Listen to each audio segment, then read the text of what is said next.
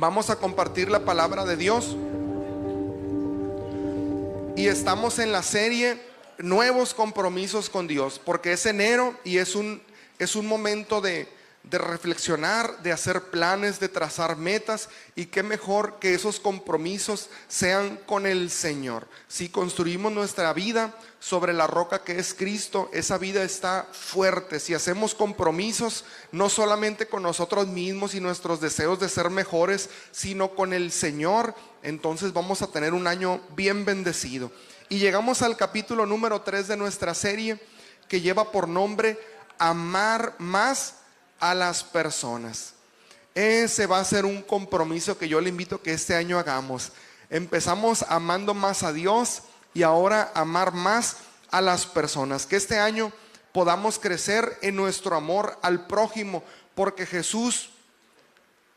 cuando Jesús quiso hacer una diferencia entre sus discípulos y la gente que no está con Jesús, no dijo: en estos sabrán que son mis discípulos, que hablan mucho en lenguas, que sanan muchos enfermos, que predican todo el día. No, hermanos, en esto sabrán que son mis discípulos, en que se aman los unos a los otros.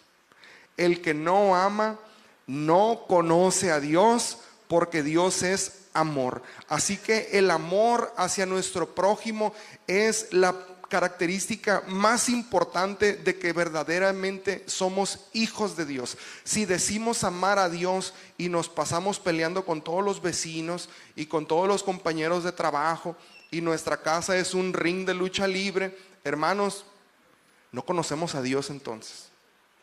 El que no ama no conoce a Dios, porque Dios es amor. La primera característica de que alguien es nacido de nuevo, que ha sido regenerado por el poder del Espíritu Santo, es que tiene mucho amor por las personas. No nada más por los que nos tratan bien, no nada más por nuestra familia. Jesús le dijo eso a los fariseos, ¿verdad? Qué fácil, dice, ¿qué mérito tiene amar a tu familia?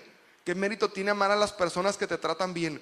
Pero amar a los enemigos, amar a los que los maldicen, orar por ellos y bendecirlos, eso, hermanos, es una muestra de que verdaderamente somos hijos de Dios. Y hay mucho que decir sobre el amor al prójimo.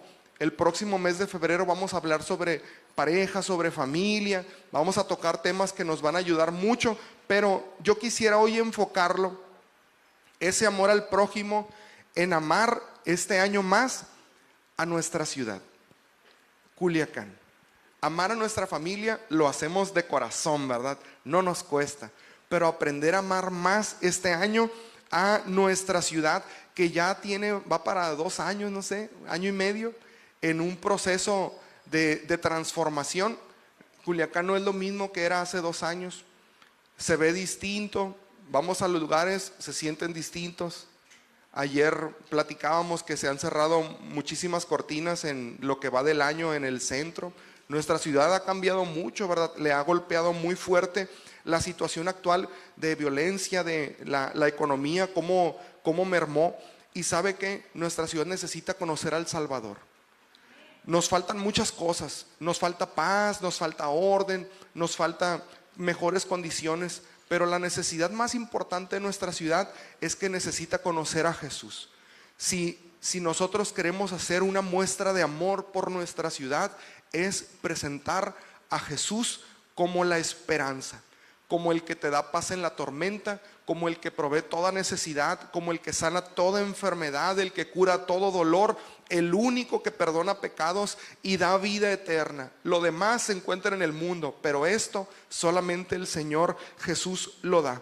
Y mire, cuando hay una ciudad que empieza a mostrar los signos que nuestra ciudad daba y sigue dando, de violencia, de crueldad, de mucha malicia, de cero valor por la vida, hermanos, no es solamente personas actuando mal, porque la raíz del pecado viene de fuerzas espirituales.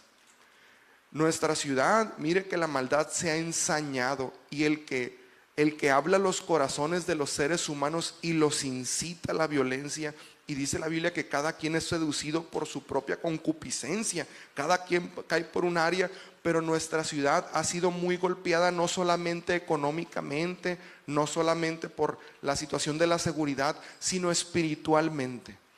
Hay mucha idolatría, y hay mucha idolatría no solamente a cosas extrañas, sino a la misma muerte.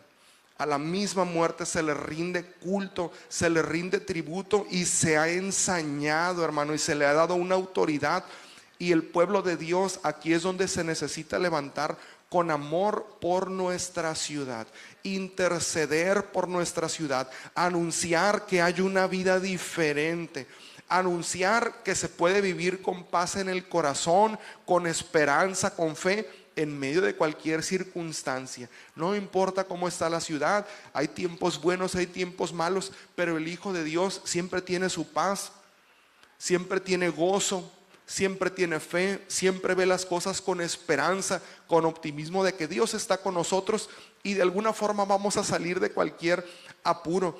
Así que nuestra ciudad tiene décadas, hermanos, décadas estando tomada por maldad, por acciones que ni siquiera son buenas comentarlas, ¿verdad? Vemos la realidad por encimita. La situación de lo que sucede es muy profunda, hay mucha violencia, hay mucho dolor, hay mucha muerte, y estamos viendo esta situación como una oportunidad, hermanos, de que Dios intervenga, porque dice la palabra de Dios que cuando el mal crece, sobreabunda la gracia. Cuando el mal aumenta, sobreabunda la gracia. Mientras más una sociedad se corrompe y se pierde y se aleja, el Dios al que nosotros servimos la ve con compasión. El Señor está deseando que nuestra ciudad, que nuestra sociedad le conozca. Y la única forma, mire, la salvación es de Jehová. Él le pertenece al Señor. Él hizo la obra en la cruz, pero el Señor eligió a su iglesia para predicar el evangelio. El evangelio no solo se predica con buen ejemplo. Yo puedo ser un excelente ejemplo en mi lugar de trabajo, en mi casa, en mi círculo social. Nadie se va a entregar a Cristo por eso, hermanos. Es muy bueno ser buen ejemplo, pero la salvación viene por la predicación del evangelio. Dice el apóstol Pablo que el Señor eligió a través de la locura de la predicación. Necesitamos hablar de Cristo, dar buen ejemplo, claro, es nuestro respaldo, pero hablar de Cristo. Y hoy vamos a hablar de esto, hermano, de este tema. Amar más a las personas significa ver a nuestra ciudad y verla con compasión. Pensar que, mire, no vamos a salvar una familia en un día, a una ciudad en un día, pero sí familia por familia. Una persona que conoce a Cristo es una familia que abre una puerta de bendición, de que toda esa casa puede ser salva. Cada vez que nos llega una persona aquí, pues llega uno, ¿verdad? Y a lo mejor se bautiza uno, pero nosotros vemos una familia completa que ha alcanzado la bendición, porque dice la palabra de Dios que la bendición de Jehová alcanza ¿cuántas generaciones, hermanos? 1000 generaciones. Qué promesa tan grande, que si usted cree en el Señor Jesús, el Señor le promete que por 1000 generaciones Él va a estar mostrando misericordia sobre sus hijos, sobre sus nietos, bisnietos. Usted ya no los va a conocer, pero por el acercamiento, por la entrega que usted hizo con Dios, el Señor va a mostrar misericordia y se va a revelar a ellos, y ellos tienen que aceptarle. Pero el Señor promete, hermanos, estar mostrando misericordia. Al pueblo de Israel le decía, así como conforme a las misericordias que tuve con David, así te voy a tratar. Así decía también en Génesis, así como lo que le he prometido a Efraín y a Manasés, sepan que es para todos los que vienen detrás de ellos. Así es la bendición del Señor. Entonces, hermanos, que este año podamos crecer más en amor por las personas, llamándolo nuestro Culiacán, nuestro Villas del Río, Valle Alto, Bacurimí, Bellavista, nuestro entorno, ¿verdad? Nuestro círculo. Y voy a leer, si me acompañan, en el libro de los Jueces, capítulo 6, verso 11. Hoy vamos a leer todas nuestras citas en la Nueva Traducción Viviente para hacer un poquito más claro. Y dice la palabra de Dios: después el ángel del Señor vino y se sentó debajo del gran árbol de Ofra, que pertenecía a Joás, del clan de Abiezer. Gedeón, hijo de Joás, estaba trillando trigo en el fondo de un lagar para esconder el grano de los madianitas. Y bueno, este pasaje nos presenta a un hombre llamado Gedeón, que está haciendo una labor de una manera extraña, porque dice el relato bíblico que está sacudiendo el trigo en un lugar que está destinado para sacar el jugo de la uva. Está haciendo una labor en un lugar donde no se debe de hacer, con tal de estar escondido, porque los madianitas se habían levantado contra el pueblo de Israel, y cada vez que llegaba el tiempo de la cosecha y los israelitas querían salir por su cosecha, se acercaban los madianitas en un número increíble y les robaban todas sus cosechas. Tenían 7 años Israel pasando un hambre terrible, así que lo poco que ellos iban cosechando iban a esconderse para poder procesar el producto del trigo. Y por ahí vamos a poner un video para representar un poquito a qué se refiere en el libro de los Jueces.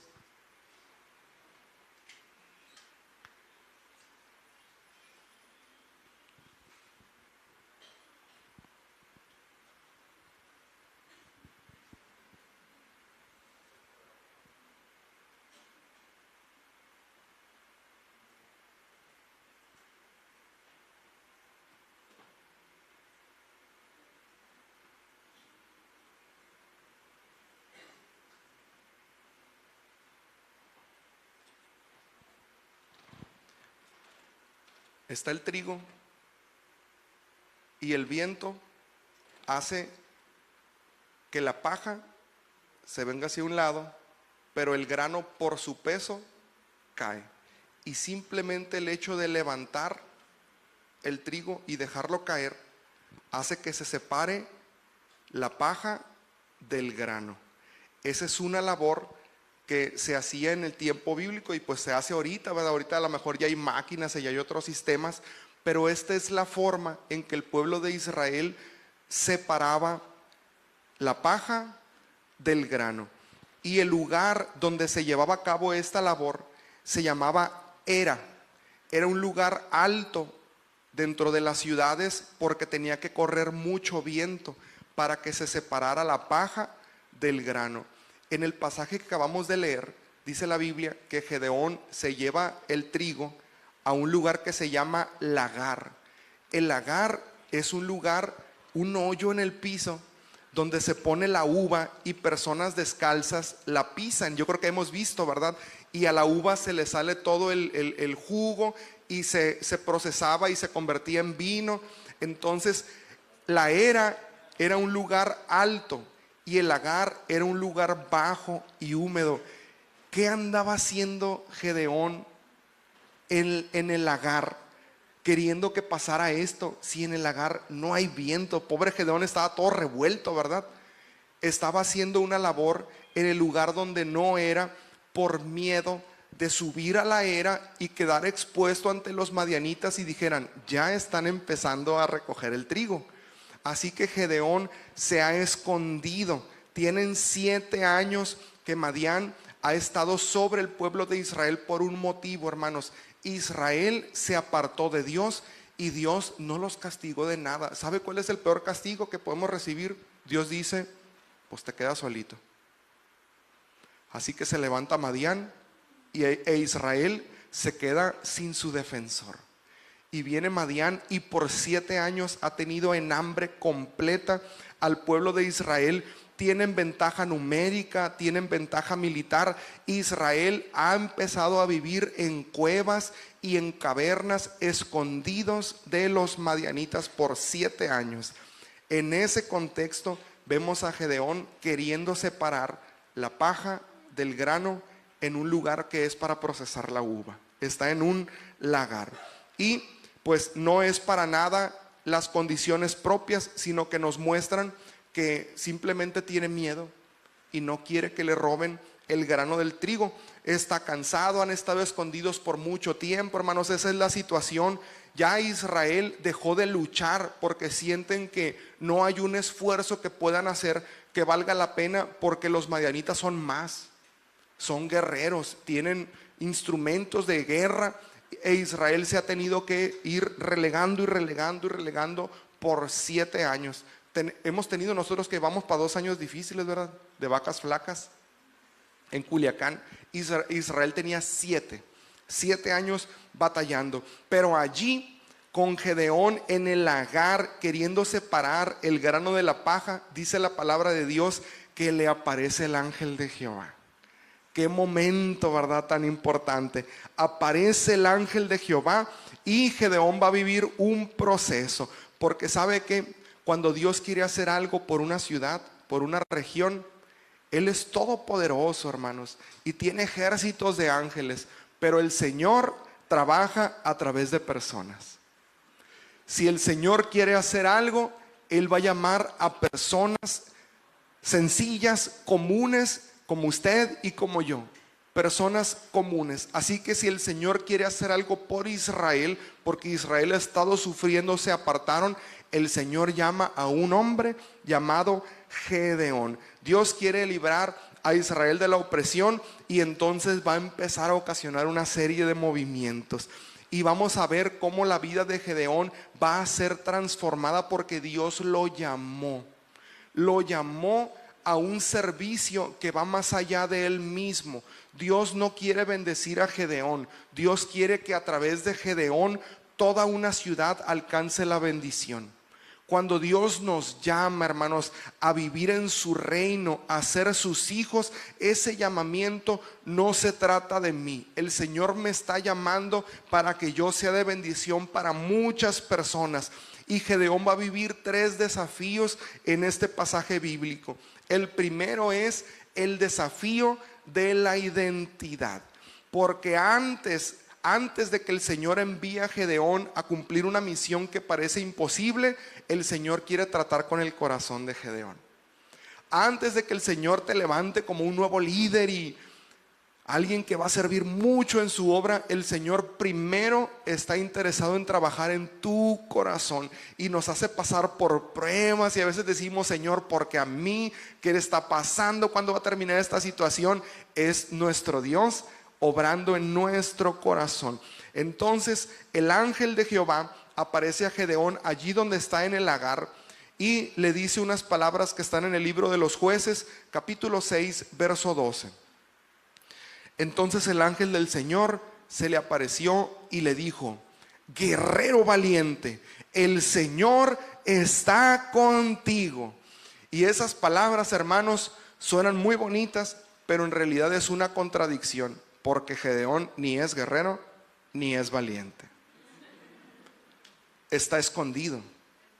No quiere subir a la era a separar el grano de la paja, porque teme que lleguen los medianitas y le quiten todo lo que acaban de cosechar. Está escondido. No es ni guerrero ni es valiente. Y mire, la respuesta que Gedeón le da al ángel del Señor tampoco tiene nada de valor. Versículo 13 en adelante. Señor, respondió Gedeón, si el Señor está con nosotros, ¿por qué nos sucede todo esto?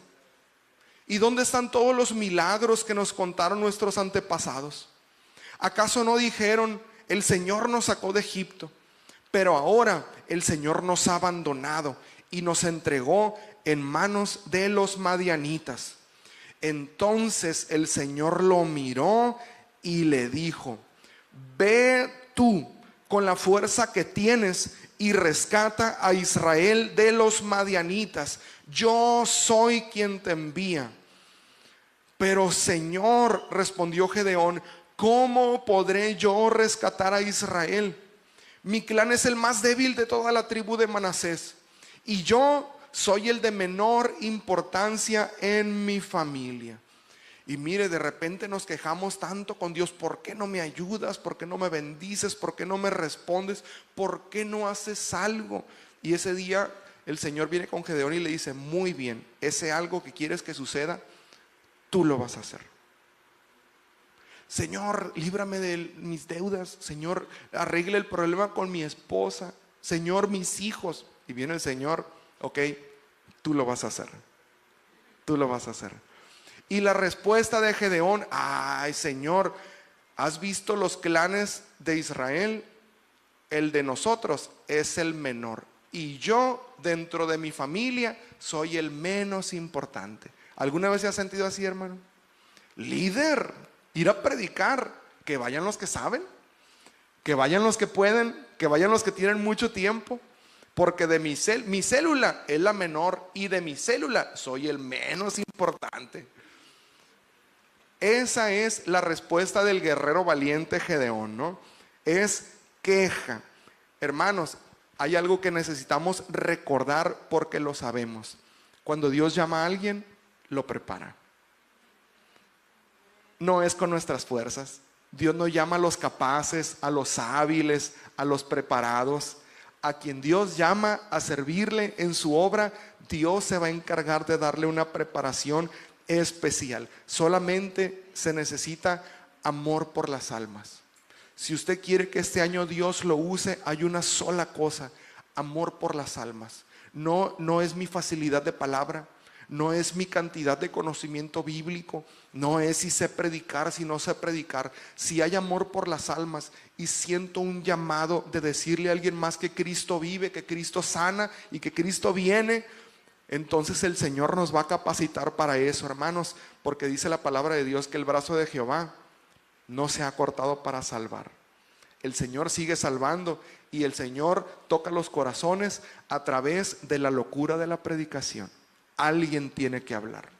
Alguien tiene que hablar de Jesús en sus conversaciones. Alguien tiene que ver a una persona con problemas y decirle: yo pasé por lo mismo que tú estás viviendo, me agarré de Cristo y Él me ayudó y Él me sacó. Hablar de Cristo, hermanos, en nuestra vida diaria, en nuestras conversaciones, porque este año vamos a llamar a muchos nuevos predicadores, nuevos padres espirituales, que se abran estudios bíblicos.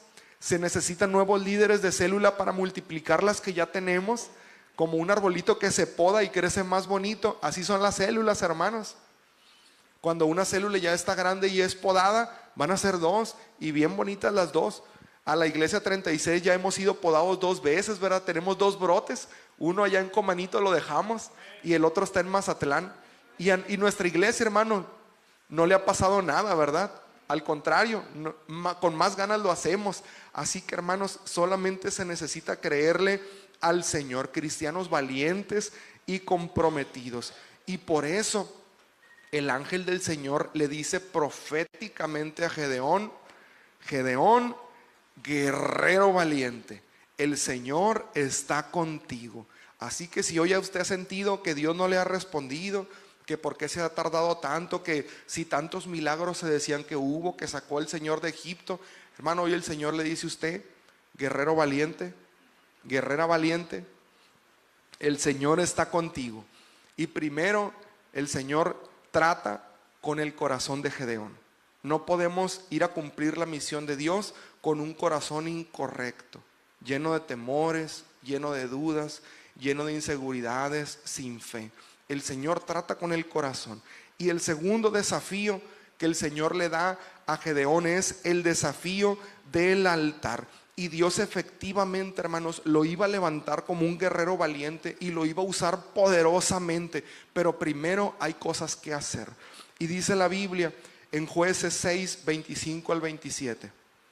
Esa noche el Señor le dijo a Gedeón: toma el segundo toro del rebaño de tu padre, el que tiene 7 años. Derriba el altar que tu padre levantó a Baal y corta el poste dedicado a la diosa Acera que está junto al altar. Después construye un altar al Señor tu Dios en el santuario de esta misma cima, colocando cada piedra con cuidado. Sacrifica el toro como ofrenda quemada sobre el altar y usa como leña el poste dedicado a la diosa Acera que cortaste. Entonces Gedeón llevó a 10 de sus criados e hizo lo que el Señor le había ordenado, pero lo hizo de noche, porque les tenía miedo a los demás miembros de la casa de su padre y a la gente de la ciudad. Antes de que Gedeón salga a la batalla, Dios trata con su corazón, su identidad. Tiene que entender Gedeón que no es el menos importante de su familia, ni que pertenece a la más pequeña de sus tribus. Eso para la obra de Dios, hermano, es irrelevante. ¿Cuánto tiempo tengo en el evangelio? Mi familia, ¿cuántas generaciones tiene el camino de Dios? Hermanos, el Señor llama y el Señor pone los ojos y el Señor ve tu corazón y te va a preparar. Lo segundo es que el Señor le dice a Gedeón: antes de que yo te use, necesitas limpiar tu casa. Tu padre, en el patio, en la cima de una montañita, de una subidita, una colinita, le construyó un altar a Baal, un dios falso, y a su lado levantó un poste de madera donde se adora a la diosa Acera, la diosa de la fertilidad. Entonces, antes de que yo te use, quiero que vayas, destruyas el altar que se hizo a Baal. Quiero que tomes un toro, el segundo toro de la casa de tu padre. ¿Por qué, hermanos? Porque en ese tiempo el primer animal de cada camada le pertenecía a Baal. Y entonces el Señor dice: no quiero que sea el que es de Baal, dame el segundo toro, el que tiene 7 años. ¿Cuántos años tenía Israel sufriendo por los madianitas? 7 años. Quiero que me sacrifiques, que vas a tumbar el altar de Baal, vas a construir un altar para Dios con cuidado, piedra con piedra, con cuidado, le dice. Y quiero que sacrifiques al toro y lo ofrezcas como ofrenda. Y la leña que vas a usar es el poste de acera. Y el pobre Gedeón dice: híjole, es el Dios no solamente de mi padre, sino de toda la comunidad. Así que Gedeón busca personas con él y van y lo hacen. Gedeón obedece, pero de noche, porque tuvo miedo de que la gente se le iba a enfrentar. Oiga, le toque a alguien, tóquele las imágenes a alguien. Lo hace de noche y en la mañana, hermanos, despiertan y oh sorpresa, el altar de Baal está destruido, el poste de madera de acera fue cortado en pedazos y fue usado para entregarle un sacrificio a Jehová. Así que la comunidad, los vecinos de Gedeón salen furiosos y dicen: ¿quién fue? Porque ahorita lo vamos a matar. Y el pobre Gedeón, pues no le queda más que decir: pues yo recibí mensaje de Jehová, vamos por Gedeón. Hermanos, quieren matar al pobre Gedeón y su padre sabiamente, mire, dice: a ver, ¿quieren hacer ustedes justicia contra Gedeón porque le hizo un daño a Baal? ¿No es Baal su Dios? Entonces que Baal se defienda. Si Baal verdaderamente es Dios, que Baal ejerza venganza sobre Gedeón. ¿Y sabe qué le pasó a Gedeón? Y eso contuvo a los habitantes de ese lugar de no hacerle un daño a Gedeón. El problema de Israel, hermanos, no es que fueran pocos, no es que eran débiles, no es que no tenían suficientes espadas y arcos y flechas. El problema de Israel es que había idolatría en su corazón. Por eso no podían enfrentar a Madián. Se habían contaminado, tenían altares extraños, a dioses ajenos, a dioses que no son Dios, que tienen oídos y no oyen, que tienen ojos y no ven, que tienen pies y los tienen que cargar. Dioses de madera, de piedra, dioses tallados, dice la palabra de Dios. Y si de verdad Baal es Dios, dijo el papá de Gedeón, pues que se defiende. Hasta le cambiaron el nombre a Gedeón porque era el que luchó con Baal. Así que, hermanos, cuando Dios nos llama y quiere bendecir a nuestra ciudad a través de nosotros, primero va a tratar con nuestro corazón y nos va a recordar quiénes somos. No es nuestra habilidad, no es nuestra destreza, es que el Señor nos llamó y la obra es de Dios. La causa es su causa. Él es el que pelea las batallas, es el que va al frente. Nosotros solamente somos sus siervos, solamente nos toca escuchar su voz y andar en lo que Él nos pide, hacer su voluntad. Lo segundo es que el Señor le dice a Gedeón: limpia tu casa, limpia tu corazón. Si yo voy a obrar y yo voy a traer respuesta, primero quiero que tu corazón esté libre de toda idolatría. Mi hermano, ¿qué nos está quitando hoy como primer lugar en nuestra vida al Señor? ¿Qué le roba su lugar en tu vida? Tu mente, tu corazón, tu voluntad, tus esfuerzos. Hay algo que le está quitando al Señor el primer lugar, porque si tú quieres ser usado por Dios, necesitas limpiar toda contaminación espiritual. Todo lo que le ha quitado el Señor el primer lugar, todo pecado que no has confesado, todo mal hábito, todo lo que dices: si queda tiempo voy a la iglesia, si se puede esto, le cumplo al Señor. Si no, pues el Señor me debe de comprender, ¿verdad? Tengo que hacer esto, tengo que ir allá, tengo que poder esto, tengo que pagar la casa, tengo que... ¿Qué le ha quitado a Dios el primer lugar, hermanos?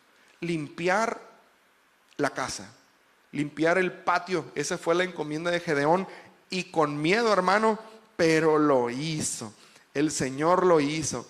Con miedo, hermano, pero a lo mejor vamos a decir por primera vez: oye, yo una vez me sentía como tú, pero ¿qué crees? Estoy yendo a una iglesia cristiana. Uy, a la primera vez que lo decimos, hermano, a lo mejor para algunos sea fácil, para otro va a ser la muerte social en su trabajo, ¿verdad? Estás yendo con los aleluyas, te vas a hacer hermano, te van a lavar el cerebro, te van a quitar todo tu dinero, te van a meter una secta. Hermano, esto es para los valientes. Esto es para los valientes. Y Gedeón de noche, hermano, pero lo hace. Es obediente al Señor y por primera vez moviliza a 10 de sus amigos. Fueron 11 personas a romper el altar de Baal, a romper el altar de Acera y levantar un altar para Jehová y ofrecerle un sacrificio. Así que, hermanos, si queremos que el Espíritu de Dios nos dé autoridad en lo público, primero necesitamos ganar nuestras batallas secretas.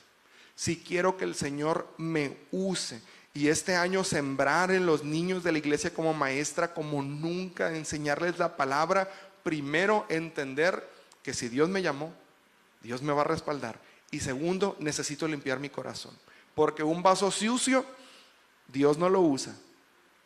El Señor quiere pureza, quitar altares, eliminar todo altar extraño.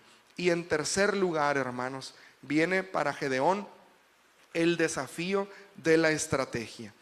Seguimos con nuestra lectura, Jueces 6, 33 al 35. Poco tiempo después, los ejércitos de Madián, de Amalec y del pueblo del oriente formaron una alianza contra Israel. Cruzaron el Jordán y acamparon en el valle de Jezreel. Entonces el Espíritu del Señor vistió a Gedeón de poder. Mire, ya es otra persona. Vistió a Gedeón de poder. Gedeón tocó el cuerno de carnero como un llamado a tomar las armas, y los hombres del clan de Abiezer se le unieron. Los que lo querían matar se le unieron. También envió mensajeros por todo Manasés, Aser, Zabulón y Neftalí para convocar a sus guerreros, y todos respondieron. Qué diferencia, hermano. Ya no es un hombre miedoso Gedeón. Está empezando a ver la mano de Dios, que si Dios llama, Dios respalda. Así que ya sin ningún temor hace sonar el cuerno, la trompeta, y el ejército se empieza a reunir. Primero su propio clan, el clan de Abiezer, y después las tribus Manasés, Aser, Zabulón y Neftalí, porque los madianitas ya no estaban solos, se habían unido a diferentes ejércitos para darles ya matarile a Israel. Ya no los querían andarles robando el trigo, ya iban a ir a deshacer a Israel. Así que el Señor había estado preparando de un poquito antes a un hombre llamado Gedeón para que se levante, hermanos. Qué diferencia cuando ya Gedeón tiene el Espíritu de Dios. Qué diferente, hermano, es ministrar y sentir el respaldo del Espíritu Santo. Saber que por nuestras capacidades, por nuestros talentos, no suceden las cosas. Pero si está el Espíritu de Dios, hermanos, es el único que toca los corazones. No, el que canta bonito no toca corazones. Pone la piel chinita a la mejor, ¿verdad? El que predica bonito deja buenos consejos. Pero cuando está el Espíritu de Dios toca, hermanos, y transforma. Qué diferencia. Así que en este punto Gedeón va vestido del Espíritu del Señor. Es un hombre nuevo, una nueva identidad. Ha limpiado su casa y está listo para que el Señor lo use. De sentirse insignificante, el menos importante de su familia, que pertenece al clan más pequeño, ahora dice: vamos a levantarnos, y va a ser el que coordine, el que dirija al ejército de Israel. El Espíritu de Dios vistió a Gedeón de poder. ¿Gedeón era líder nato? No, hermanos, era una persona miedosa. Muchas veces le tenemos miedo a entrarle a un ministerio o algo porque decimos: pues que yo de liderazgo no tengo nada, que me digan qué hacer y yo obedezco. Hermano, pues ese es el principio, ¿verdad? Saber obedecer. Pero cuando el Señor te llama, hermano, el Señor dirige. Él es el líder, hermano. El Espíritu Santo es el que nos guía, el que nos dice qué hacer. Así que Gedeón ha sido transformado y lo sigue su clan. Envían el mensaje a otras tribus y todas respondieron. Se prepara la batalla, y cuando llega el día, hermanos, de unir a ese ejército de los que fueron llamados, ¿sabe cuánta gente llegó? 32,000.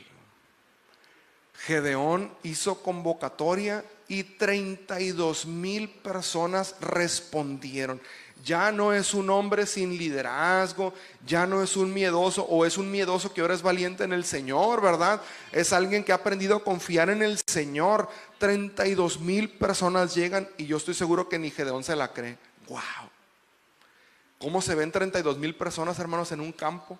Un estadio, ¿verdad? Un estadio de buen tamaño, de los que caben así esas cantidades. Imagínese esa cantidad de gente esperando instrucciones de Gedeón.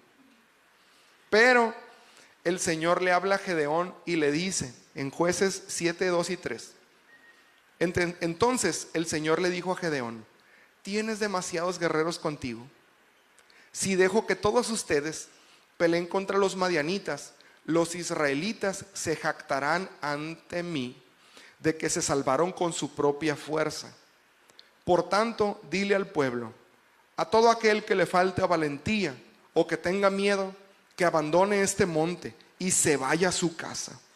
Así que 22,000 de ellos se fueron a su casa, y quedaron solo 10,000 dispuestos a pelear.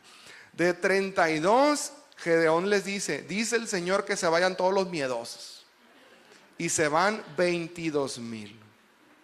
Quedaron 10. ¿Y sabe qué empieza a suceder aquí? Se empieza a separar la paja del grano. Le había sucedido a Gedeón de manera práctica, donde Dios lo alcanzó, y ahora el Señor está separando la paja del grano en el propio pueblo de Israel. Eran muchos, 32,000, pero eran paja. 22,000 se fueron. El amor por su pueblo no fue suficiente para decir: yo voy a pelear con todo y miedo. Prefirieron seguir viviendo en opresión, en crisis, en temor, en cuevas y cavernas, que salir a luchar por su pueblo, por temor. No fue suficiente el amor y la compasión por su ciudad, por el reino de Israel. ¿Quedaron cuántos, hermanos? 10,000. Se fueron a sus casas, y entonces el Señor le vuelve a hablar a Gedeón. Y en el verso 4 dice: pero el Señor le dijo a Gedeón: todavía son demasiados. Hazlos descender al manantial, y yo los pondré a prueba para determinar quién irá contigo y quién no. De 32 quedaban 10, pero en esos 10,000, todavía había mucha paja y poco grano. Así que se tiene que volver a hacer una separación entre la paja y el grano. Y dice el Señor: Gedeón, llévatelos al arroyo, llévatelos al manantial. Diles que todos tomen agua. Y vamos a hacer una diferenciación. Los que lleguen al arroyo seguramente tenían mucha sed, hermanos, y se lancen así a meter la cabeza completa para beber agua, van a ser un grupo. Porque esos descuidaron su guardia. En tiempo de guerra, el soldado, hermano, no duerme, porque siempre está viendo por qué lugar va a llegar el enemigo. Pero los que se acerquen al agua y saquen el agua con su mano y se la tomen de su mano como perros, dice la Biblia, ¿no? Con la lengua, a lengüetazos, y no meter y sumergir la cabeza. El que la tome con su mano, ese va a ser el segundo grupo. ¿Y cuánta gente cree que sumergió la cabeza al arroyo? 9,700. 10,000, dijo el Señor, todavía son muchos. Hay mucha paja. Y los que tomaron el agua de su mano y estuvieron viendo eran verdaderos guerreros. Esos no descuidan la retaguardia ni ninguno de sus flancos. 300. Y dice el Señor: ¿cuántos quedaron, Gedeón? 300. Con esos la hacemos. Hasta hay una película, ¿verdad?, de 300. Es otra historia, pero totalmente inspirada, hermanos, en este pasaje de la palabra de Dios. Así que una vez más el Señor manda a Gedeón a la era. Separa el grano de la paja. 9,700 todavía eran paja, y solamente 300 fueron verdadero grano. Los albañiles en la construcción, ¿verdad?, se usan como mallas, y hay mallas más gruesas y caen las piedritas de cierto tamaño, luego hay otra más finita, hasta que al final pura arena cae, hermanos. Así es lo que estaba haciendo el Señor. Estaba limpiando hasta que solamente de los 32,000 quedaron 300, menos del 1%. Menos del 1%. Continuamos con la lectura, versos 7 al 9. Entonces el Señor le dijo a Gedeón: con estos 300 hombres rescataré a Israel y te daré la victoria sobre los madianitas. Envía a todos los demás a su casa. Así que Gedeón recogió las provisiones y los cuernos de carnero de los otros guerreros y mandó a cada uno de ellos a su casa, pero se quedó con los 300 hombres. El campamento madianita estaba en el valle, directamente abajo de donde se encontraba Gedeón. Esa noche el Señor le dijo: levántate, desciende al campamento madianita, porque te he dado la victoria sobre ellos. ¿Quién pelea nuestras batallas, hermanos? No es con fuerza, no es con espada, es con el Espíritu de Dios. Le dice: Gedeón, la batalla ya está ganada, no has empezado, pero la batalla ya está ganada. Desciende, solamente desciende. Esa noche Dios le iba a dar a Gedeón una victoria de la manera más espectacular, hermanos, sin sacar una espada. Porque le dijo: esos 300 lo que van a llevar es un cuerno de carnero, que para los tiempos se vaciaba y se usaba como una trompeta, y era el sonido de tum, pum, para llamar ejércitos a la guerra, para ir de cacería y que alguien avisara donde ya encontró una presa. Eso es lo que van a llevar. Llegan los 300 al campamento enorme de los madianitas que se habían asociado con otros pueblos, y el Señor le dice: van a hacer dos cosas. Van a tocar el cuerno y van a gritar por el Señor y por Gedeón. Y ahí están los pobres 300, hermanos. Eran puro grano ya, Si tenían miedo, ya no era tiempo de regresarse a sus casas. Eran valientes. 300, pero 300 de grano, no 300 de paja. Y rodean el campamento y gritan: por el Señor y por Gedeón. Y empiezan a tocar los cuernos, y el estruendo, imagínense, de 300 cuernos de guerra sonando a la vez. Que los madianitas salen de sus carpas, porque era un campamento de carpas. Salen, dice la Biblia, despavoridos, y sacan sus espadas Y pues no sé, hermanos, el Señor sí les cegó los ojos, sí los confundió, porque sacan su espada, ven a alguien y chum, empiezan a matarse entre ellos. Y el pueblo de Israel, los 300 de Gedeón, tocando el cuerno, porque la batalla ya estaba ganada. Y dice la palabra de Dios que los pocos que escaparon los alcanzaron más adelante, y ese día el Señor con 300 le dio la victoria sobre millares de los madianitas, porque no es con espada, no es con fuerza, es con mi espíritu, dice el Señor. Es con mi espíritu. Hermanos, a lo mejor ahorita nos vemos y decimos, pues de las iglesias no somos la más grande, 127 miembros, y de importancia, pues no sé, no hay importancia, ¿verdad? Todos somos importantes, pero digamos, pues somos la 36, hermanos, pero con el poder de Dios, los valientes que se animen a testificar de Cristo a su familia y a sus amigos, el Señor dice, esa victoria ya está ganada. Decía el apóstol Pablo, porque no me arrepiento no me avergüenzo del evangelio, porque es poder de Dios para salvación. Hermanos, la predicación no necesita elocuencia, se necesita predicar el evangelio con el poder del Espíritu Santo. Se necesita hablar de Cristo habiendo creído que el Señor está conmigo y limpiar mi corazón, ir limpio, ir dispuesto. Y el Señor, hermano, dice, esa batalla está ganada, está ganada. Nada más que el Señor le gusta separar la paja del trigo. Y aquí el Señor nos diría, a ver, todos van a predicar, ¿a quién le da miedo? Al que le dé miedo, que se regrese a su casa. ¿Quién está listo? ¿Quién está alerta? ¿Quién está enfocado? Porque los 300 fueron los que estaban listos para la batalla. Y hubo una segunda separación de la paja y el grano. Hermano, hoy le pido a Dios que nos convierta en grano, elemento que da fruto. La paja solamente hace bulto. La paja hace parecer que somos muchos, pero el grano, hermano, es el que da fruto. Es importante separar paja del grano. Así que hoy le vamos a decir al Señor, Señor, yo no quiero ser paja. Yo no vengo a esta iglesia a ocupar solamente un espacio. Yo he venido a esta iglesia a edificar un reino. Yo he venido a esta iglesia no a ser bendecido, sino para bendecir la vida de muchas personas.